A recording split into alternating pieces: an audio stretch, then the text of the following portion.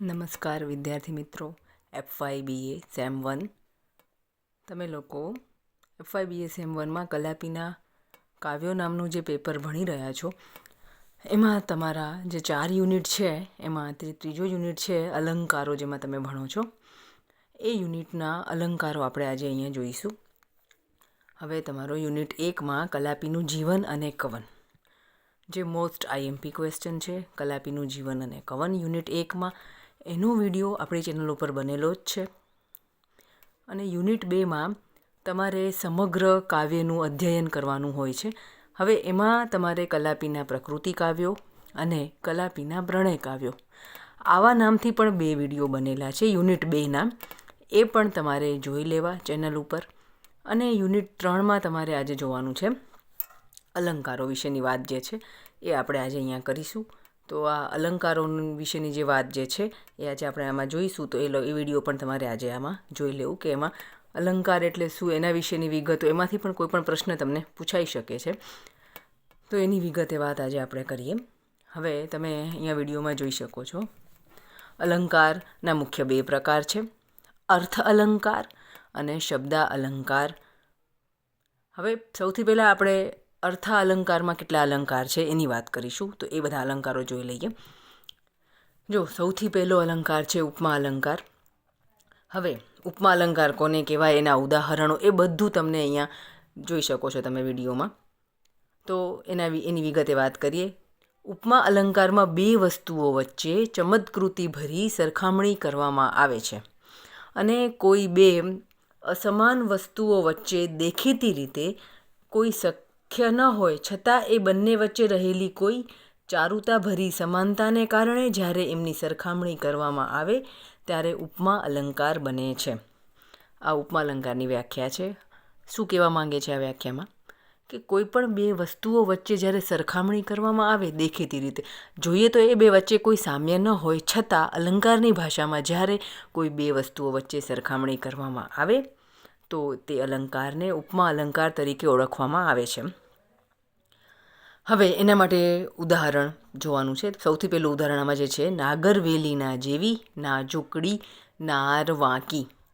હવે એમાં તમારે ઉપમાવાચક શબ્દો પહેલાં તો યાદ રાખવા પડશે કે તમે જ્યારે અલંકાર ભણતા હો, જેવો, જેવી, જેવું, સમાન, સમ, સરખો, સમોવડો, તુલ્ય, સો, માફક, પેઠે, આવા જો ક્યાંય પણ શબ્દ જોવા મળે તો તમારે સમજી જવાનું કે આ ઉપમા અલંકાર છે. હવે બધા અલંકારો સમજવા માટે તમારે 2 વસ્તુ તો ખાસ યાદ રાખવાની છે. એક તો છે ઉપમેય અને ઉપમાન. આ 2 વસ્તુઓ તમારે બધા અલંકારમાં આ કામ આવશે. એટલે તમારે ઉપમેય અને ઉપમાનની વ્યાખ્યા ખાસ કરીને યાદ રાખી લેવી. હવે જો વ્યાખ્યા એની સામે જ લખેલી છે. ઉપમેય એટલે શું? તો કે જેની સરખામણી કરવામાં આવે તેને ઉપમેય કહેવાય, અને જેની સાથે સરખામણી કરવામાં આવે તેને ઉપમાન કહેવાય છે. હવે આ ઉદાહરણ ઉપરથી આપણે એ સમજીએ, બરાબર. નાગરવેલીના જેવી નાજુકડી નાર વાંકી. શું કહે છે આ પંક્તિમાં? કે નારી કેવી છે? તો કે નાગરવેલીના જેવી નાજુકડી નાર વાંકી, બરાબર. હવે કોની સરખામણી કરી આમાં? નાર, બરાબર, એટલે કે નારીની. તો જેની સરખામણી કરવામાં આવે એને શું કહેવાય? ઉપમેય. તમારે યાદ રાખવાનું. હવે એ નારની સરખામણી કોની સાથે કરી? તો કે નાગરવેલી સાથે કરી. તો નાગરવેલીને શું કહેવાય? ઉપમાન. અને સાધારણ ધર્મ તરીકે નાજુકડી, એનું તમારે ખાલી યાદ રાખવું કે સાધારણ ધર્મ એટલે નાજુકાઈ. અને શબ્દો કયા? જેવો, જેવી, જેવું, સમાન, સમ, સમોવડો, તુલ્ય, આવા જ્યાં શબ્દો જોવા મળે તો એ ઉપમા અલંકાર. તો તમે આ પંક્તિ જે છે, નાગરવેલીના જેવી નાજુકડી નાર વાંકી, તો જેવી આવ્યું તો આ ઉપમા અલંકાર બને છે. એના બીજા અનેક ઉદાહરણો જે છે નીચે તમે જોઈ શકો છો, જોઈ લો. જો ઉદાહરણ કેવા છે. પહેલું ઉદાહરણ, કમળ જેવો ખીલતો દિવસ પોયણા જેવી રાત.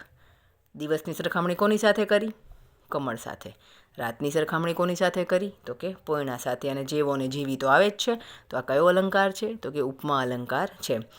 જો જેની સરખામણી કરવાની છે, દિવસ શું છે અહીંયા? ઉપમેય છે. અને કમળ જે છે ઉપમાન છે. ઉપમેય અને ઉપમાન ખાસ યાદ રાખવા. બીજા ઉદાહરણ પણ નીચે લખેલા છે જે તમારે જોઈ લેવા. નાથ ગગન જેવા રે સદા મને છાઈ રહે. જેવા આવ્યું, બરાબર. સાગરને તીર ત્યાં હરખે ટીટોળી મોતી શા ઈંડા પાછા લઈ. તો આજે શા આવ્યું, આ સા, એના કારણે કયો અલંકાર છે? તો કે ઉપમા અલંકાર છે. જેવો ખાખર ફૂલ્યો ફાગણનો તેવો દિશે દેહ, બરાબર. અંધે અંધ અંધારે મળ્યા, જેમ તલમાં કોદરા ભળ્યા. જમ એટલે જેમ. તો આ બધા ઉદાહરણો ઉપમા અલંકારના છે, જોઈ લેજો બધા એકવાર. અને તમને પરીક્ષામાં પૂછાઈ શકે છે, ઉદાહરણ આપો એમ પણ પૂછાઈ શકે છે, અથવા ઉદાહરણ લખ્યું હોય ને તમને પૂછે કે ભાઈ આ કયો અલંકાર છે, એટલે તમારે આવું અલંકાર આખો મુદ્દો આજે આપણો યુનિટ 3નો જે છે એ આખો કવર થઈ જશે અહીંયા. સૌથી પહેલો અલંકાર આપણે જોયો ઉપમા અલંકાર. નંબર 2 અહીંયા દેખાય છે તમને રૂપક અલંકાર, બરાબર. એ પણ જોઈ લઈએ. રૂપક અલંકારમાં શેની વાત કરે છે? તો રૂપક અલંકાર એટલે એમાં ઉપમેય અને ઉપમાન વચ્ચે એકરૂપતા દર્શાવે છે. જો ઉપમામાં શું કરતા હતા? ઉપમેય અને ઉપમાન વચ્ચે સરખામણી કરતા હતા, તો આમાં એકરૂપતા દર્શાવે છે. હવે એના માટેનું ઉદાહરણ પણ નીચે છે. રામ રમકડું જડિયું રાણાજી. તો જુઓ નીચે લખેલું જ છે, રામ એ ઉપમેય છે, રમકડું અને એ ઉપમાન છે, બરાબર. એકરૂપતા. રામ રૂપી રમકડું, તમને ક્યાંય રૂપી જોવા મળે તો એ રૂપક અલંકાર. અમેરે સુકારૂનું પૂમડું, બરાબર.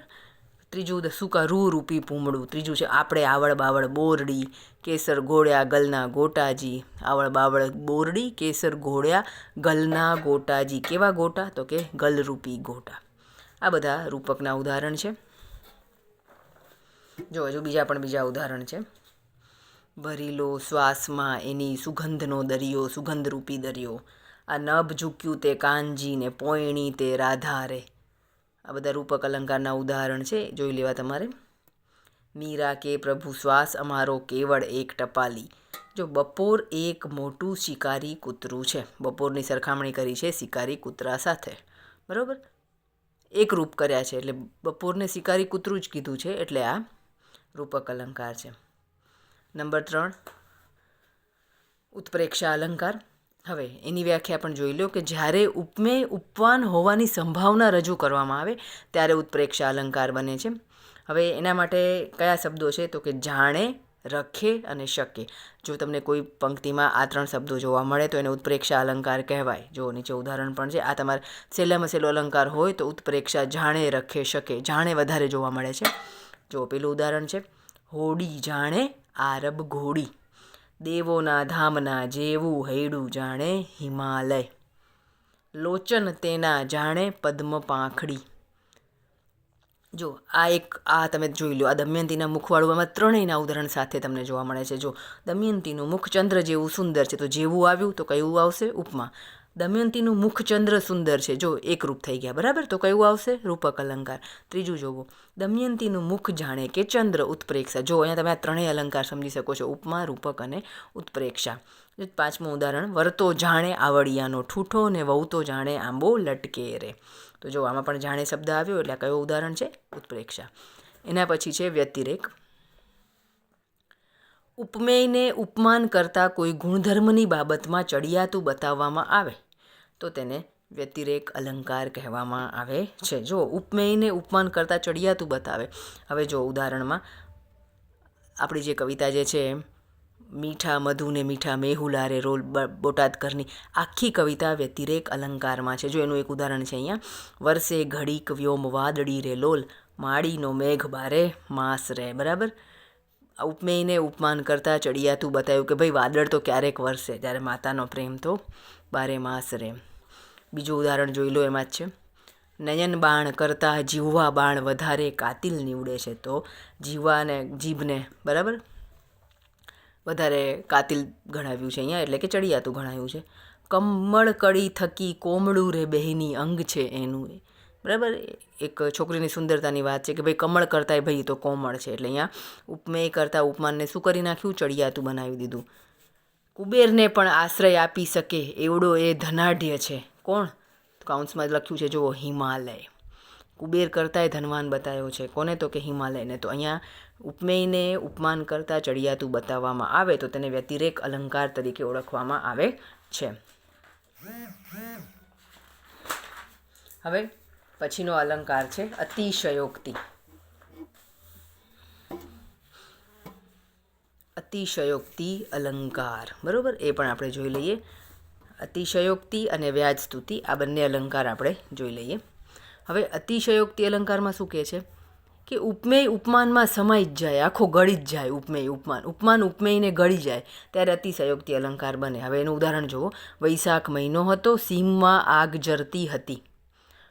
આગ જરવી, આગ એમ જરતી નથી, પણ એમ વૈશાખ મહિનામાં ગરમી એટલી પડે છે કે એવું લાગે છે કે આગ જરી રહી છે, બરાબર. તો આને અતિશયોક્તિ કહેવાય. જો બીજું ઉદાહરણ જુઓ, એમાં તમને સરખું સમજાશે. દમયંતીનો ચોટલો દેખી અતિ સોહાગ, અભિમાન મૂકી લજ્જા આણી પાતાળ પેઠા નાગ. હવે એવો જ સુંદર ચોટલો છે દમયંતીનો કે ભાઈ એ જોઈને સાપે બિચારા શરમાઈને પાતાળમાં જતા રહ્યા. તો આને શું કહેવાય? અતિશયોક્તિ કહેવાય, બરાબર. અને બીજું જો, એ નાટક એટલું કરુણ કે થિયેટર અશ્રુસાગર બની ગયું. એટલું કરુણ નાટક હતું ને કે થિયેટર આખું બધા એટલું બધું રોયા ને કે ભરાઈ ગયું થિયેટર આખું પાણીથી. તો આવા જે ઉદાહરણ તમને જ્યાં જોવા મળે કે જ્યાં શક્ય ન હોય એવી વસ્તુ, તો એને અતિશયોક્તિ કહી શકાય. અતિશયોક્તિ અલંકાર છે. એના બધા ઉદાહરણ તમે આમાં જોઈ શકો છો, બીજા પણ. હવે એક વ્યાજ સ્તુતિ અલંકાર છે, એ પણ જોઈ લઈએ. દેખીતી રીતે જો, પ્રશંસામાં નિંદા, અને તમે ભણ્યા જ છો આ બધા, બરાબર. આ અલંકાર તમે બહુ સાદો અને સિમ્પલ અલંકાર કે પ્રશંસાના બાને નિંદા થાય ને નિંદાના બાને પ્રશંસા થાય, તો એને કેવો અલંકાર કહેવાય? વ્યાજ સ્તુતિ અલંકાર કહેવાય. જો, શું એનું રૂપ કદર્પ કઈ વિસાતમાં નહીં. કદર્પ એટલે કામદેવ, બરાબર. સુંદરમાં સુંદર પુરુષ કે ઓહો કેટલા રૂપાળા, કે કદર્પ કઈ વિસાતમાં નહીં. આમ કરીને શું કર્યું છે એમનું કે એમાં કંઈ નથી, બરાબર, જોવા જેવું. પણ આમ બોલે શું છે એનામાં? ઊંધું બોલે છે કે બાબા કામદેવ કરતાં યા તો રૂપાળો છે. જો, ગાંધીજી હિંસા અને અસત્યના કટ્ટર વેરી હતા. તો આમાં શું કર્યું છે એમણે? નિંદામાં પ્રશંસા. વેરી હતા, સાચું, પણ શેના? હિંસા અને અસત્યના, બરાબર. જો બીજું ઉદાહરણ આ જુઓ. વાહ સી તમારી બહાદુરી, કીડીનું ખૂન કરી નાખ્યું. બોલો, તો આમાં શું કર્યું છે એમણે? પ્રશંસાના બહાને નિંદા કરી છે કે કીડીનું ખૂન કરી નાખ્યું. આ 5 અલંકાર જોયા. હજુ બીજા તમારા કોર્સમાં જે અલંકાર છે એને આપણે વિડીયો અલંકાર પાર્ટ 2 નામના વિડીયોમાં જોઈએ.